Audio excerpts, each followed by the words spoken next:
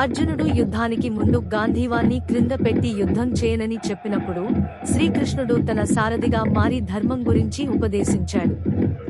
ఈ ఉపదేశమే భగవద్గీతగా ప్రసిద్ధి చెందింది. యుద్ధంలో ఆయన స్వయంగా ఆయుధం పట్టకపోయినా తన బుద్ధి, యుక్తులు, ధర్మబోధలతో పాండవులకు శక్తిని ఇచ్చాడు.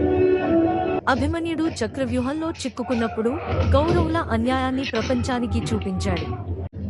ఘటోత్కచుడు పోరాడుతున్నప్పుడు కర్ణుడు తన దివ్యాస్త్రాన్ని వృధా చేసేటట్లు చేసి తర్వాత అర్జునుని ప్రాణాలను రక్షించాడు. భీష్ముడు యుద్ధంలో అజేయుడిగా ఉండగా శిఖండిని ముందుంచేలా చేసి ఆయనను పడగొట్టేలా మార్గం చూపాడు. ఇలా శ్రీకృష్ణుడు తాను ఆయుధం ఎత్తకుండానే తన తెలివితేటలతో పాండవులను విజయానికి నడిపించాడు. ఆయన ప్రణాళికలు లేకపోతే పాండవులు గెలవడం అసాధ్యం. అందుకే ఆయనను జగద్గురు గా, యుద్ధానికి అసలైన దారిదీపంగా గౌరవిస్తారు.